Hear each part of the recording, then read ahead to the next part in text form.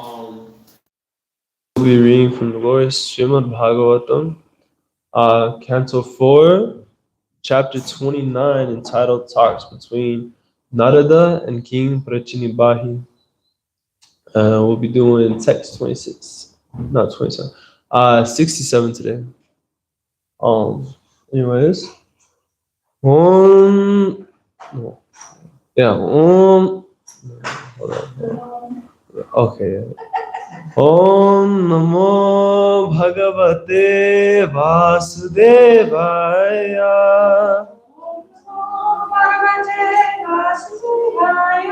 Om Namo Bhagavate Vasudevaya.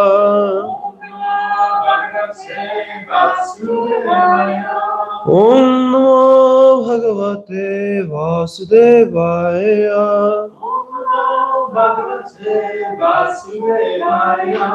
Narayanam Namaskritya Narang Chaiva Narottamam Devim Saraswatim Vyasam Tato Jayamudirayat Nashta Preshwa Bhadrisho Nityam Bhagavat Sevaya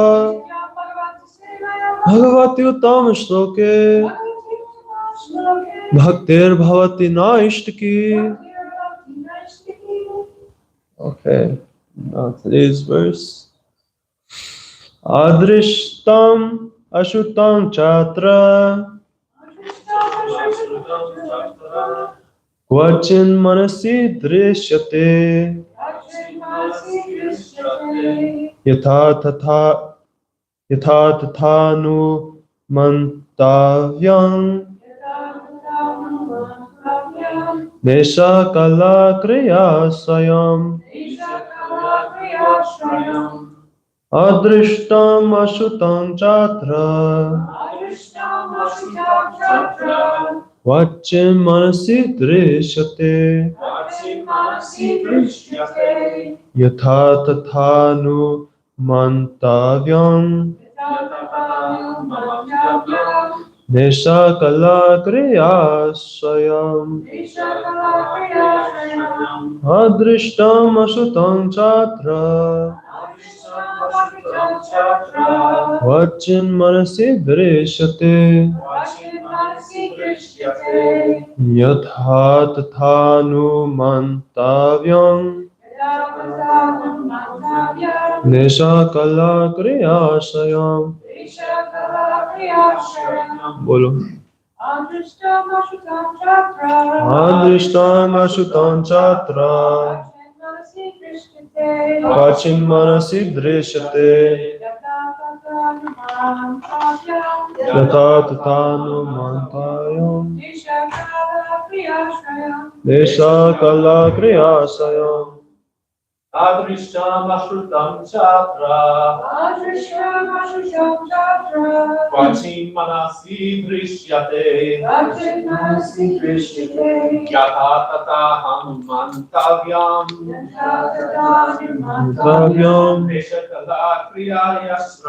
Nesha Kala Kriyasayam. Adrishtam Ashutam Chatra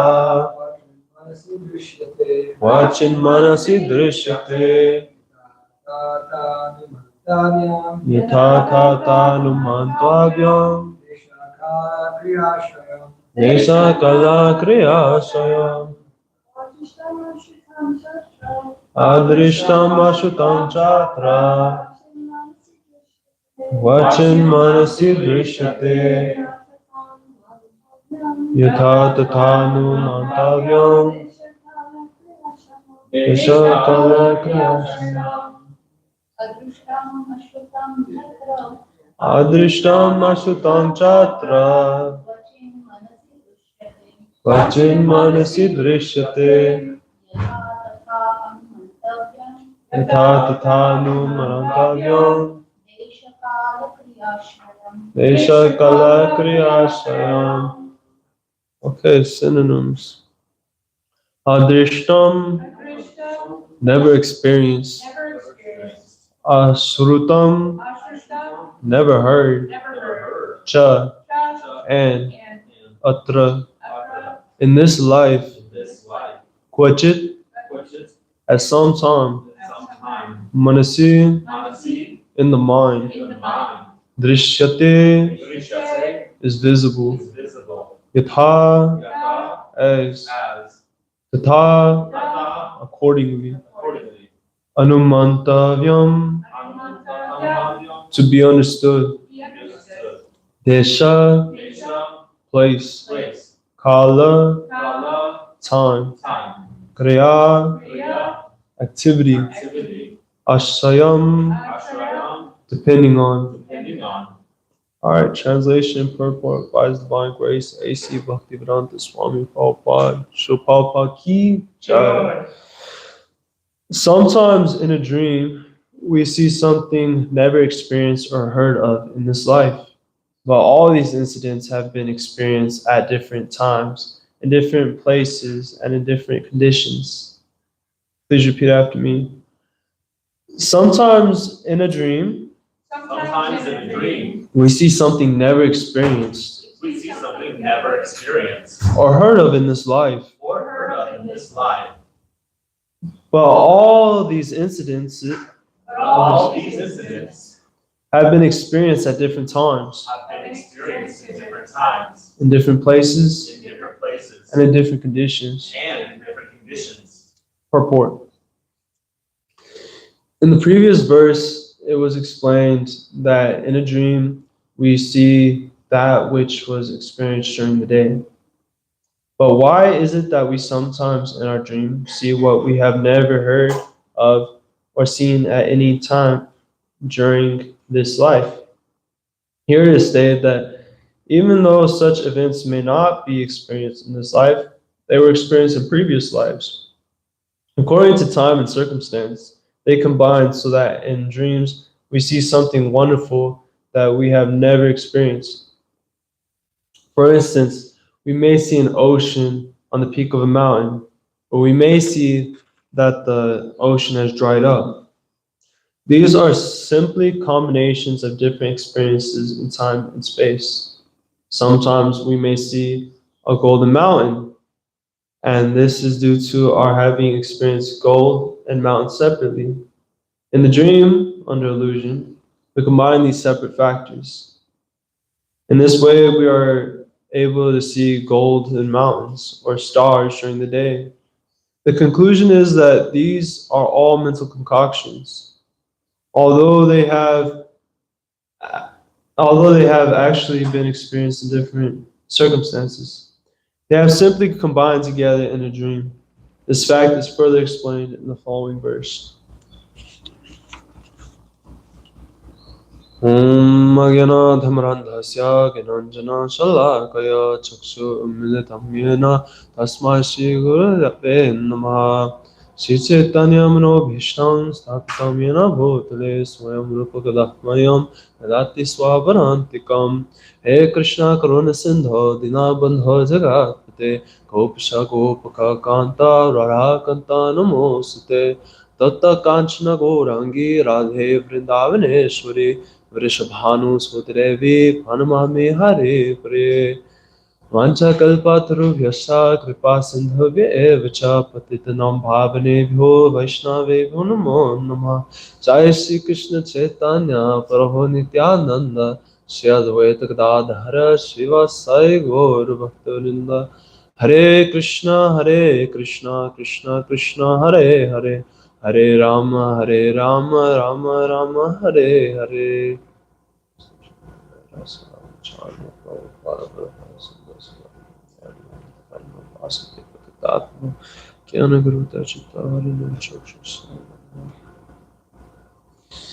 Okay, so today's verse repeated once more. Sometimes in a dream, we see something never experienced or heard of in this life. All these instances have been experienced at different times, in different places, and different conditions. So, in our dreams, we experience to see so many things. You know, sometimes it's a beautiful scenery. Sometimes we're an animal, maybe a bird soaring through the sky, or maybe it's even something very horrible and scary to us. So it's not uncommon for us to dream these things, even if we haven't experienced them within this lifetime. And this is due to us having experienced these things during our previous births. So maybe, maybe once I was a bird, a dog, a demigod, a demon. I was in this place, I was in that place, and so on. So these things are still there to some extent or another within our subtle body of mind, intelligence, and false ego. There's still some of these impressions that carry along with us. So even though I might not be having those memories and all that, my subconscious state during my sleep might bring some of those things about. Or you might be able to see that within my own activities, even though I'm not consciously thinking like it. Maybe I'm still acting like a dog or a hog. Maybe I'm carrying something out from my previous birth in one shape or form. Just like I think it was your class last, where it was talking about how a criminal in his past life will likely be a criminal in his current life. So these things carry on, birth after birth. However, along with that, our mind comes up with so many concoctions as well, such as combine things that we've experienced. So just like in this purport is explaining, maybe we see gold and maybe we see a mountain, and then within our dream we combine those two things and we see a golden mountain. So our mind also comes up with concoctions based off of these experiences. And this is a good point. This is a good way to look also at our current position. When we wake up, we are only waking up from one layer of our dream. I don't know if any of you have seen the movie Inception, but in the movie Inception, they enter a dream, and sometimes that dream is within a dream, within a dream, within a dream, and they have to carry something to let them know that it's not a dream, because it's multi layers to this dream. So you jump, for example, maybe you're like a businessman, you're going to a meeting, you reach that meeting, and then there's a tiger, and you're scared for your life, and then you cross the street, and now you're in a mall or something, just something completely random. But then when you wake up, you realize that this isn't you. You accepted that person to be within that dream. You accepted that I'm this businessman and that there's this life-threatening tiger, and you were scared for your life, so you're running away. Similarly, when you wake up, you are accepting that this is who I am. I'm so-and-so, such and such person, but this is still a dream. And this kind of reminds me of this famous story spoken by Zhuangzi. Do you guys know this story? The butterfly story, butterfly dream. Very famous,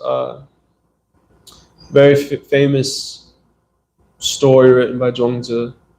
So he was an ancient Taoist philosopher, and he came up with this story. He's famous for writing these different stories. So he states that once Zhuangzi dreamed he was a butterfly footing and fluttering around, happy with himself and doing as he pleased. He didn't know his Zhuangzi. Suddenly he woke up, and there he was, solid and unmistakable. Zhuangzi, who had dreamed he was a butterfly, or a butterfly dreaming he was Zhuangzi. Wait, my bad. But he didn't know if he were Zhuangzi, who had dreamed he was a butterfly, or a butterfly dreamed that he was Zhuangzi. Between Zhuangzi and a butterfly, there must be some distinction. This is called the transformation of things. So he was dreaming on this butterfly, and he accepted himself as that. And then he woke up, and he's like, actually, I'm Zhuangzi. But then he's like, actually, which one am I really? Was I the butterfly, or am I Zhuangzi? So we're able to distinguish our dreams and which is us is truly the true us. In one birth, we accept this to be who I am. Then our next birth, we accept that to be who I am. As you said, this is the transformation of things. So in the course of this material life, we say during our sleep is actually when we dream. But we neglect the dream within our waking state. Which one is the real dream? That's the real question, is which one's the real dream? Actually, they're both dreams because we're accepting the identification that we've been given, which has nothing to do with who we truly are. And it is temporary, ultimately. One life I'm this and another I'm that. So we're constantly coming up with this identification of who I am.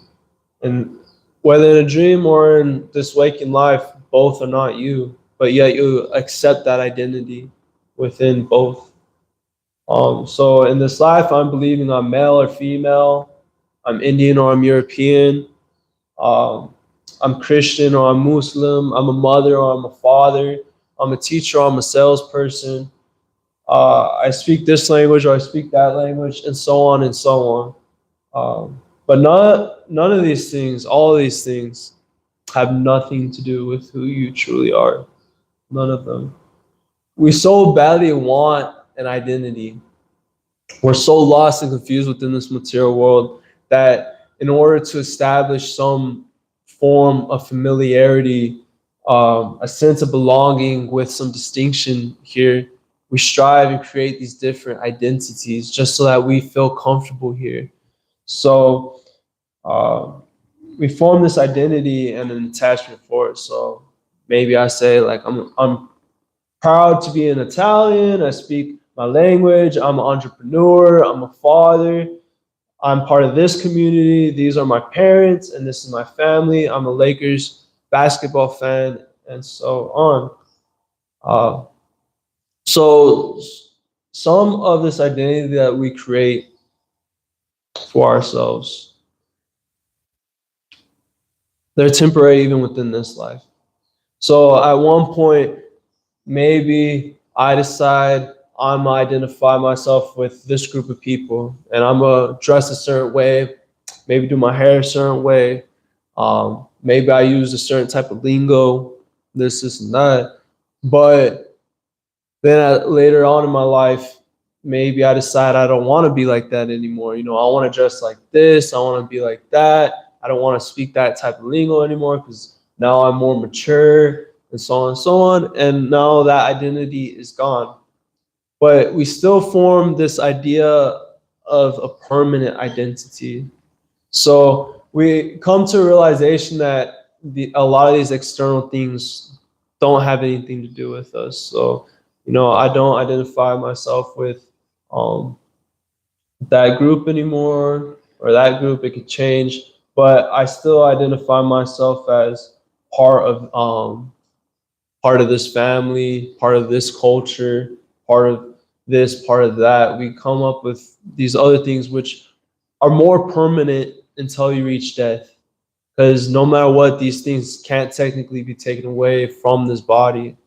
So we establish this as an eternal truth to ourselves. We accept this to be permanent. So the sad part is that we do this every lifetime.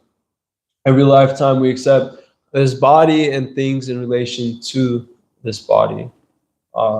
Even subtly, we'll try to keep attachments to those things because in the material sense, this is all that we could cling to that is permanent. I may lose friends, I may gain friends, I may have this job, I may have that job, but this is one thing that remains, stay through it all. So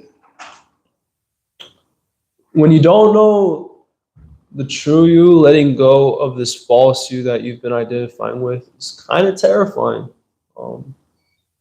You're letting go of everything that you've known and everything that you've accepted to be true. So this whole life, you're coming up with all these identities.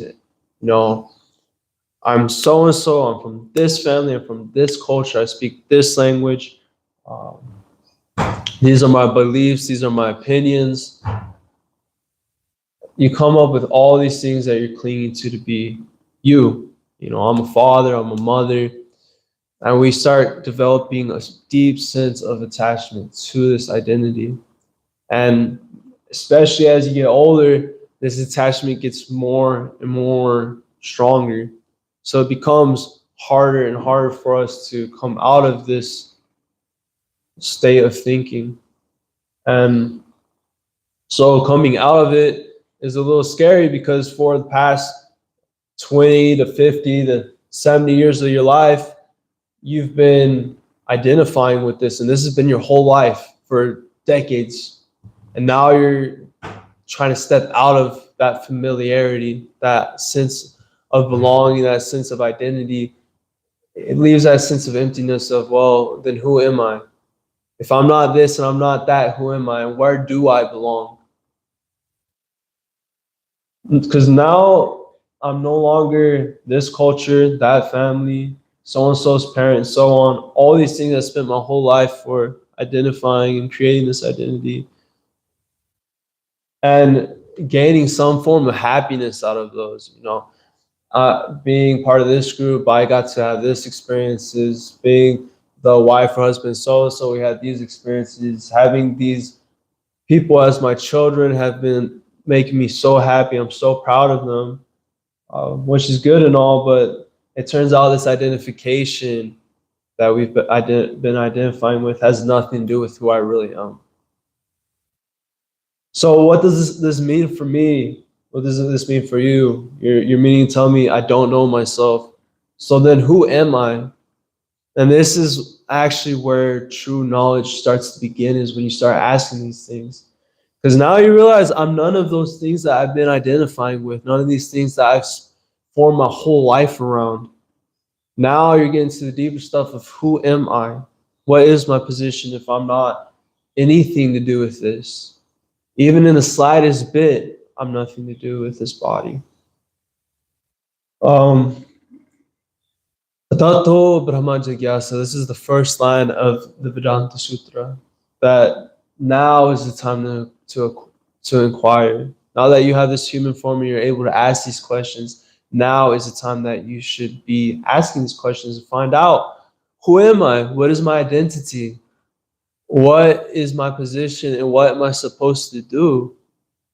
We have activities. What is the activity that I'm supposed to do if I'm not anything to do with this? Who am I truly? So in Bhagavad Gita, Krishna answers this question. In chapter 15, verse 7, he says that the living entities in this conditioned world are my eternal fragmental parts. Due to conditional life, they are struggling very hard with the six senses, which include the mind. So right there, he gives us our identity. Where is eternal fragmental parts? That's who we are. But we're within this material world and we're really struggling with these six senses, which include the mind. So when we accept that I'm this body has its senses.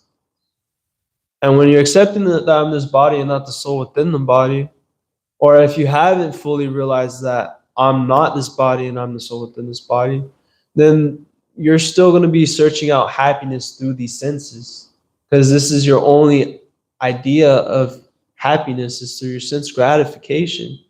The eyes, they want to see beautiful things. The tongue wants to taste very nice things. The ear wants to hear pleasing things. The nose wants to smell nice things. The skin wants to touch soft, warm, whatever type of things. So we're trying to get all the happiness we can through these senses. And our mind helps with making that more true to us. We how did I word it? It strengthens this identity and justifies and solidifies this identity. Our mind does. So our mind is accepting that this is who I am, this is what I need to do for my own happiness, so forth and so forth. However, Krishna also states that in chapter 4, verse 35, Having obtained real knowledge from a self-realized soul, you will never fall again into such illusion. For by this knowledge, you will see that all living beings are but parts of the Supreme, or in other words, that they are mine. So, right there, he's telling you, how do you come out of this illusion? I could speculate all I want, but just like that was stated in this purport, my speculations are going to be based off of my past experiences. And I'm going to concoct things by piecing this together and that together and forming something else, which is still not real. That gold and that mountain that I've seen, combining them and making a golden mountain doesn't mean that that's still real. We got to approach somebody who knows the truth, somebody who has been given this in a line coming from God to his disciple, and from that disciple to his disciple, and so forth. We have to approach someone in knowledge of this, someone who's actually bona fide and able to teach us, how do we come out of this identification with this body? How do we come out of this identification with this material world? So we had to approach someone who can do this. And this is the point within this material world on how we come out of it. We have this human body, and which has so much more facilities than other bodies do. You know, an animal body, I can't think in a deeper way. Hello, welcome, Hare Krishna. I can't think in a deeper way. I can't be like, why am I experiencing this? Why do I have to experience that? I can't think that deep on a level as an animal. When I'm in the lower planetary systems, especially in the hellish life, now I'm experiencing so much pain that I can't think, why am I experiencing this? What can I do? I should chant, or I should do this. I can't think on that level of who am I? If I'm a demigod, you know, I'm experiencing too much material gratification. I don't really have to experience diseases so much. I don't have to experience death till way later in my life. I live so much longer. I have so much more beauty. So these things aren't okay, no worries. So I can't think even as a demigod so much about who am I, because I'm so engrossed in this opulence and this sense gratification. But in the human form of life, we have the ability to reflect. We have the ability to think deeply. And it's somewhere in between. It's not too much sense gratification where it's just too blissful. And it's not too much pain where it's too much to really think about that. It's somewhere in between the two, which is something really beautiful. And we don't live super long. So we have the opportunity to really hone in and make it, okay, this is my time to get serious. So we should learn this and learn our true identity. This is the original love story between the living entity and Krishna. So try stepping out of this identity that you've created for yourself, this box that you've encaged yourself within. It only causes you pains and possibly even another birth. It's like, okay, so you really liked this identification and these things, this type of gratification. Wait till I give you this next body, which will be even more in line with your desires. You know, in this body, you liked being like this, you liked this identity, but you had some things that you wish you could have tweaked. You know, maybe I wish I was a bit more beautiful. Maybe I wish I had a bit more money, this and that. Okay, you know what? If that's what you liked, I got this other body for you. It's totally in line with that. So be careful. We should try stepping out of this and try to catch yourself when you start identifying with this body in some form that's unnecessary. You know, every now and then we might have to some extent, identify with this body.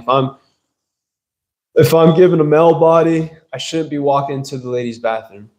That's inappropriate. If I'm a father, I should act in the position of a father. but don't unnecessarily identify with these roles. Play these roles as you should, but don't identify yourself with these roles. Be detached from that identification.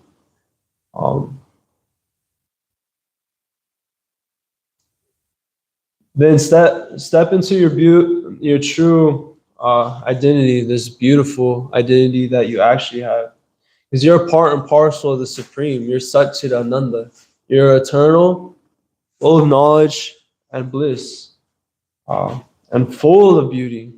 Full of beauty. Not only that, but Krishna, God Himself, is your best friend. Your best friends with the most beautiful, famous, rich, strong, smart, renounced person that there is, ever was, and ever will be. And He loves you so dearly that He comes down time and time again for you specifically. For you. He is constantly coming down for you again and again and trying to guide you from within His heart how to come back to Him, because He loves you and misses you so much. But you keep pushing Him away. You keep deciding, I don't want you. So He keeps coming again and again, trying to reestablish this love again and again, help you out. Don't identify with this body. Know who you truly are. We have this beautiful friendship that you've lost. Well, I'm right here waiting so that we can reconnect that friendship once more and start off right where we left off. Please. He has come to wake you up from your dream and teach you by example. So in this age, Krishna, he comes down as Chaitanya Mahaprabhu. And there's this beautiful line that Bhaktivinoda Thakur writes. Jeev jago, Gora Chandra Ole, Hota Nidra Jao Maya, Pisachir Kole. Wake up, sleeping souls, wake up. Lord Chaitanya, Lord Gauranga, he's saying this, saying, how long will you sleep in the lap of the witch called Maya? Lord Chaitanya is coming to wake you up out of this dream. He's coming to wake you up. Jeev jago. How long are you going to identify with these things which aren't you and cause you so much pain and suffering? How long? Please. Yeah, he teaches this by example too. He's not just coming here saying, you're unintelligent, this is that. He's coming by example. In the Chaitanya Charitamrita, Lord Chaitanya himself, he says, I'm not a Brahmana, I'm not a Kshatriya, I'm not a Vaishya or Shudra, nor am I a Brahmachari, a householder, a Vanaprastha, or a sannyasi. I identify myself only as a servant of the servant of the servant of the Lord Shri Krishna. The Lord himself is coming down and he's teaching you by example. He came down in his form as Krishna, but people weren't taking that up. People didn't know how to take that up. Krishna says, Sarva dharma parityaja mamekam sharanam vraja. Aham tvam sarva papevyo moksha yashami masucha. About all varieties of religion, all dharma, and just surrender unto me. Make me number one. I will deliver you from all sinful reactions. Do not fear. That's beautiful. He's saying he'll deliver you from all these sinful reactions. He's saying abandon all this dharma, all these ideas of who you think you are and what you're supposed to do as a Christian, a Hindu, or even beyond that. He's saying, give all this idea up and just surrender unto me. Make me the goal of your life. But people didn't know how to do that. People didn't know how is this practically done. So Krishna came as Chaitanya Mahaprabhu to show this. He came in a kind of like a covered incarnation. The scriptures mention that he would come, but they don't directly say. And the Srimad Bhagavatam states that Krishna is going to come down and he's not going to be the same color. He's not going to be this darkest complexion.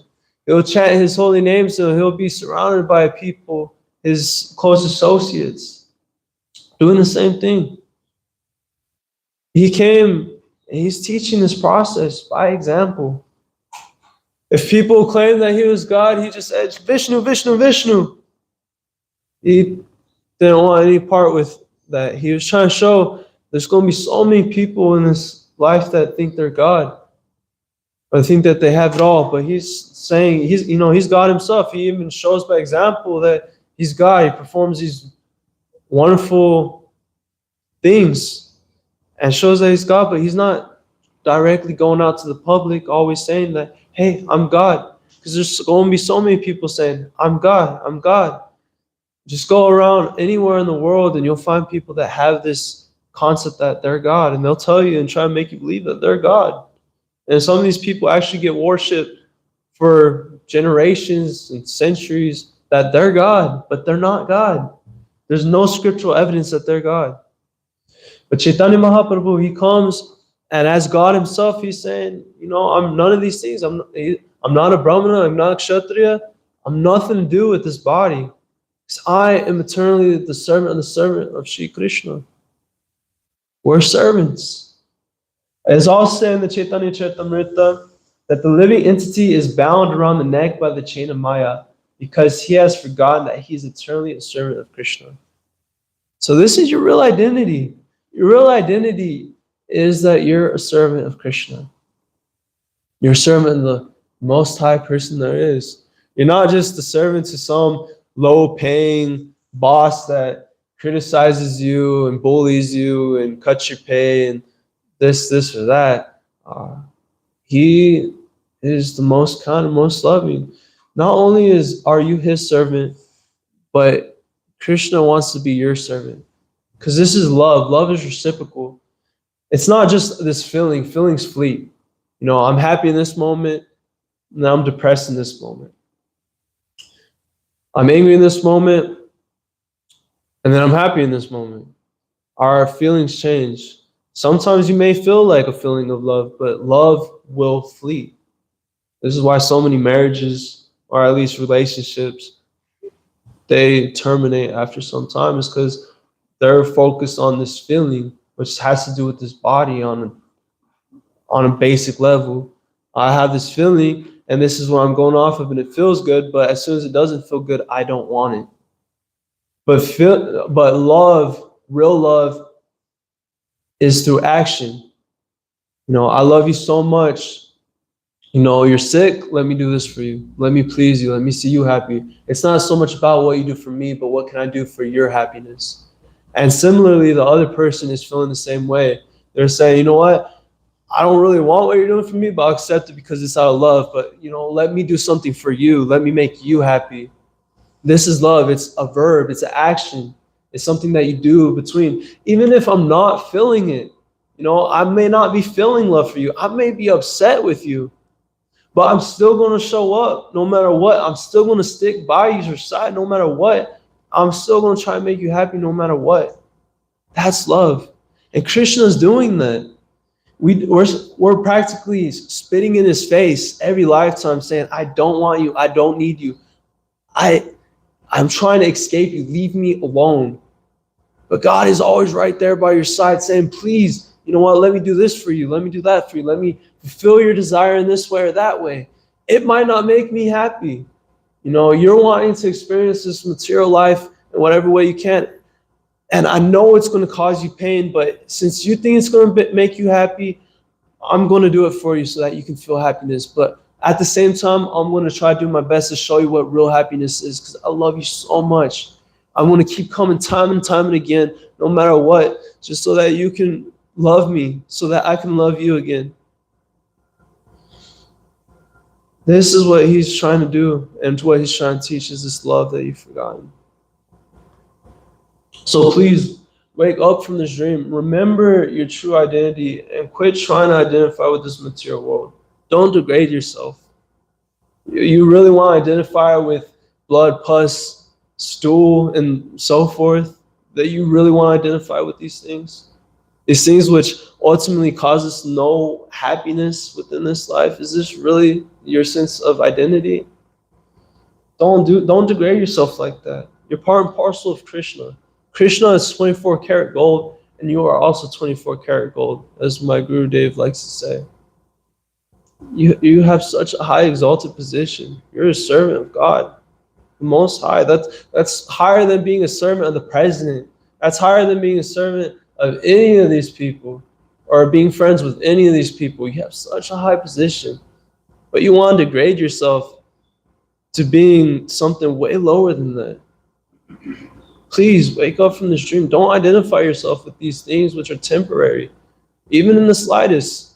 You're nothing to do with this body. You're not the culture you come from. You're not the gender that you're born into. You're not part of this family or that family. You're not smart. You're not dumb. You're not a Brahmin. You're not a Shudra. You're none of these things. You're a part and parcel of God. You're an eternal servant of God. You may have to live out in these positions for this lifetime. So within that, follow by those guides.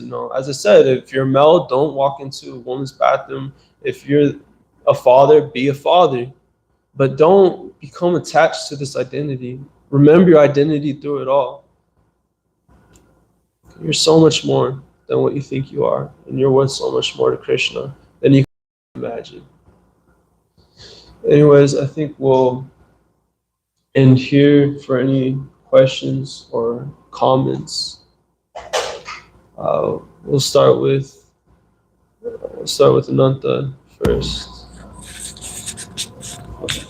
Well, in the beginning, he was talking a lot about how hard it is to get out of this identification that we're accustomed to by your own effort. And that just reminded me of this example. I don't know if it comes from Srila Prabhupada, but people that are handcuffed, have handcuffs on, and they want to get out, they can't. But if somebody comes in with a key to those handcuffs, like spiritual master, as the example, then he can free people. Otherwise, you can't really get out of the handcuffs. The other thing was,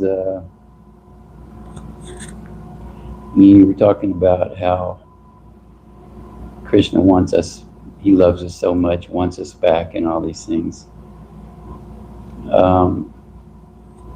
It could sound, I can see how it can sound pretty sentimental to a lot of people to hear all those things. And they may say, well, how do you know all this? We see Vishnu as self-satisfied. He's always has a smile and he's not disturbed. So what is all this stuff about Krishna wanting us back? And, he loves us so much and all this. Where does that come from? Do you have some way to explain that? Yeah, actually, I'm glad that you brought that up because I forgot to bring this up.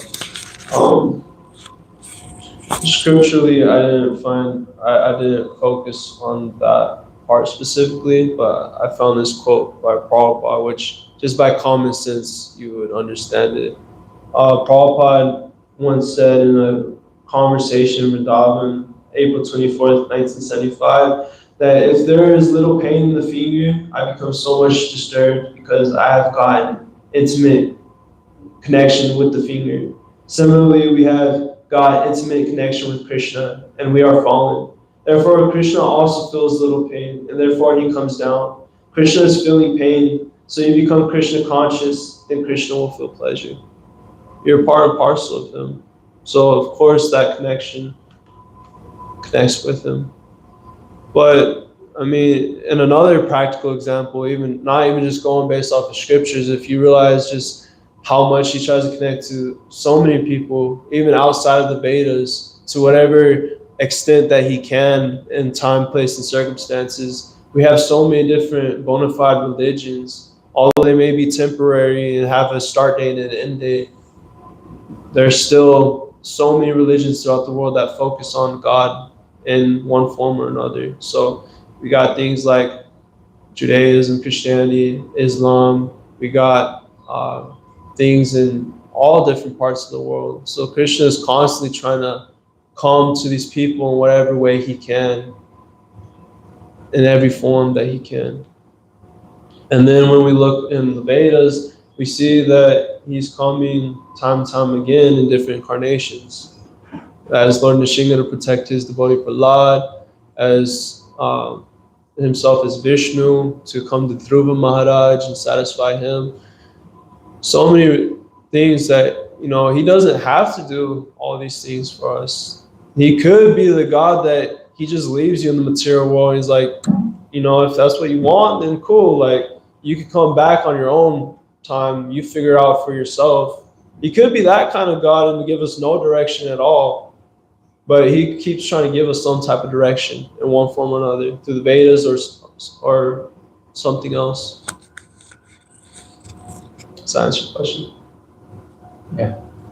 I was thinking if it probably takes some time in spiritual life to put it together, that he's doing things for us to help us along.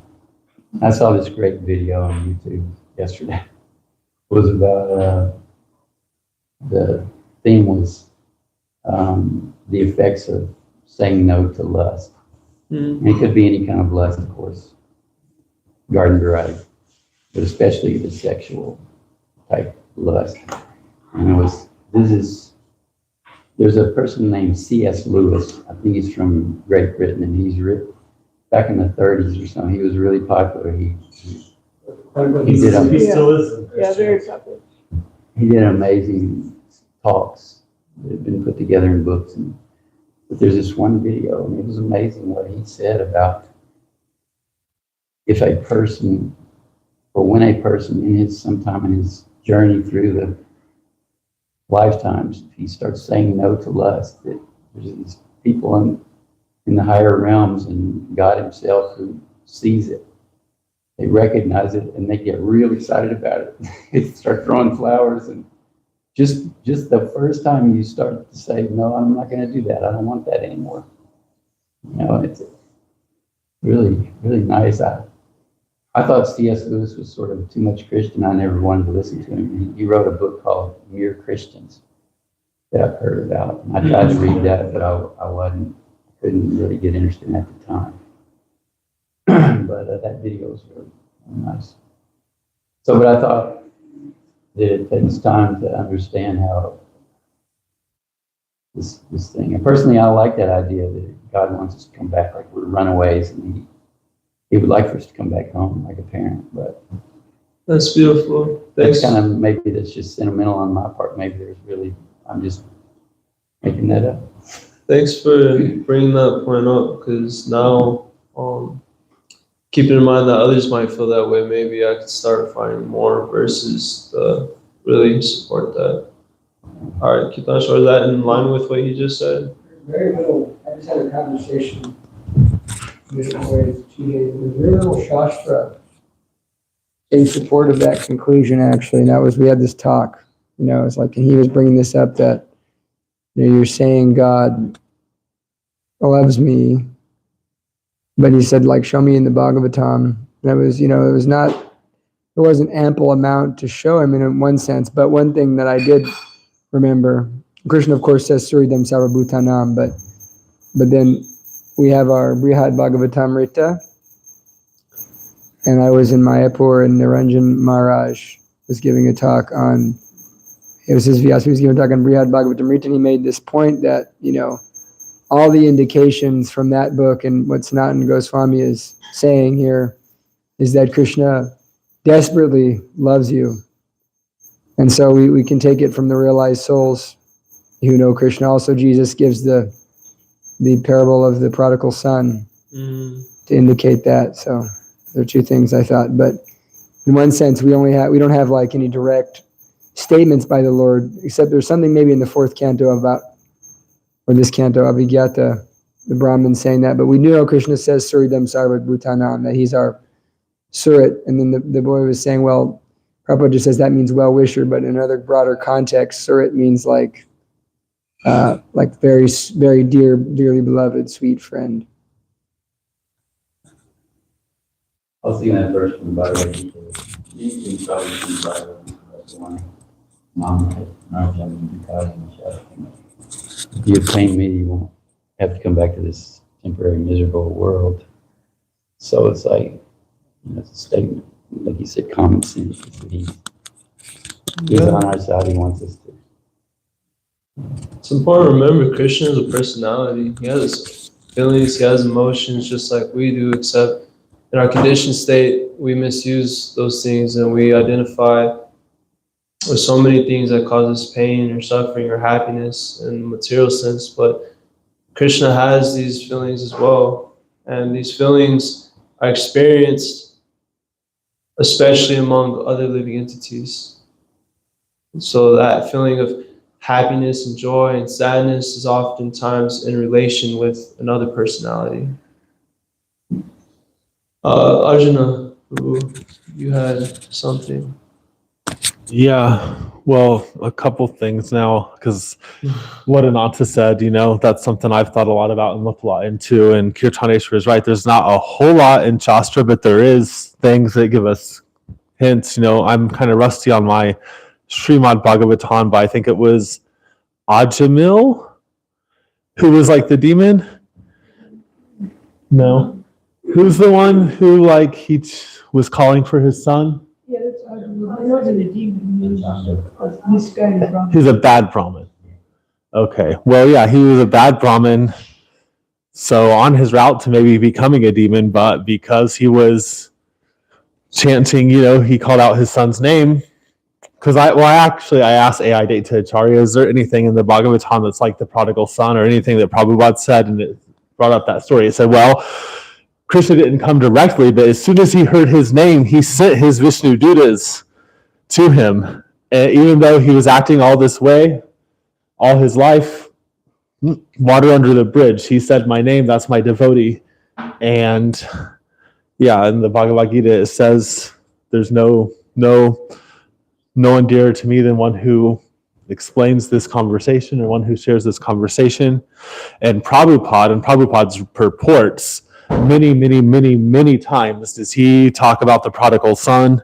Does he use that analogy and talk about how we're all lost, fallen, conditioned souls, that we are all the children of a rich man, a very rich man and we're just lost, wandering, loitering in the street, but we've forgotten where we come from. And the greatest charity that we can do to someone is to say, hey, you forgot where you came from. Your father is a very rich man. Let me show you the way. And that brings me to the other lesser known Purana, the Voyager Purana. In season 4, episode 13, there's an episode called Waking Moments where they're all asleep and they all see this same alien and they have to send Chakotay, because he's Native American, to do a lucid dream because he can know if he's dreaming or not. So he can kind of if he sees the moon, he knows that it's a dream, but everyone else, they don't know. So he kind of has to go and rescue them. But then further along in the episode, you find out that they're all asleep. It was a dream and a dream and a dream. So my question is, like that, is there any sign that we can look for, or any way that we can kind of all be in this dream of Maya and realize and be reminded that we're in a dream? And then further down the rabbit hole from there, can we often think that we're aware that we're in a dream, but actually we're still in so much illusion that we don't even realize it? And what can we do to safeguard from being in that situation? That's a good question. Even in the Quran, there's this constant idea that God, Krishna, He's giving you all these signs so that you can reflect, so that you could see that there's a God. For somehow from blood, milk is made. Somehow the birds just soar in the air and just stay lifted in the air. Somehow from a seed, trees are grown. So it gives all these things just so that you can reflect. So he gives us these scriptures, these shastras, and all that to teach us. However, if you don't have someone properly teaching you these scriptures, you could think you have it, but not have it. Just like Lord Shiva came down as Shankaracharya.